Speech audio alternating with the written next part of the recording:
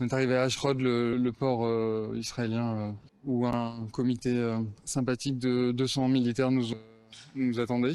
Plusieurs fouilles au corps, plusieurs fouilles de matériel. Un transfert en van vers les services de l'immigration. Je n'ai pas les qualifications juridiques pour préciser ce qui s'est passé, mais il y a eu des actes de maltraitance.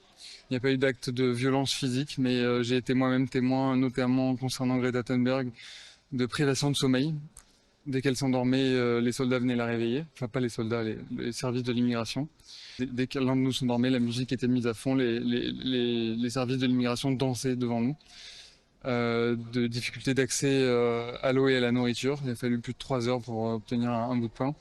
Comme vous l'avez vu, évidemment, donc aucun accès aux sanitaires. Ensuite, nous ont été présentés des documents que j'ai signés, c'est pour ça que je suis ici, qui sont des documents qui sont complètement fallacieux, qui s'appellent une demande de déportation. C'est le terme qui est utilisé par les services israéliens.